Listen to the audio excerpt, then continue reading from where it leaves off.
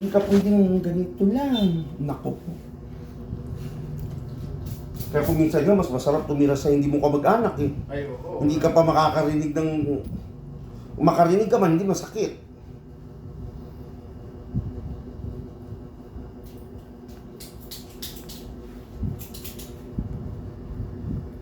Nung tumira ako sa tatay ko, Diyos ko po.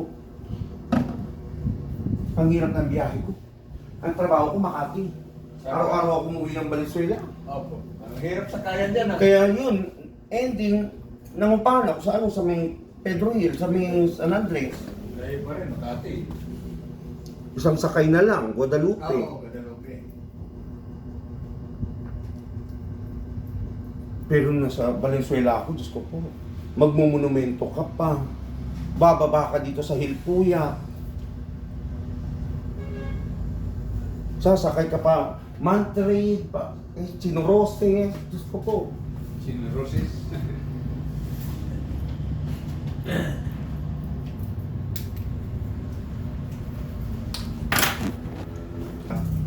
Magko-commute tayo para alam nyo ang hirap ng commute dito. Oo. Mas bata tingnan. Mas madali na. Yung ganyan kulay, okay na yan ganyan, ma'am. Hindi yung... Para kang ano eh. Okay na yan. Kanina parang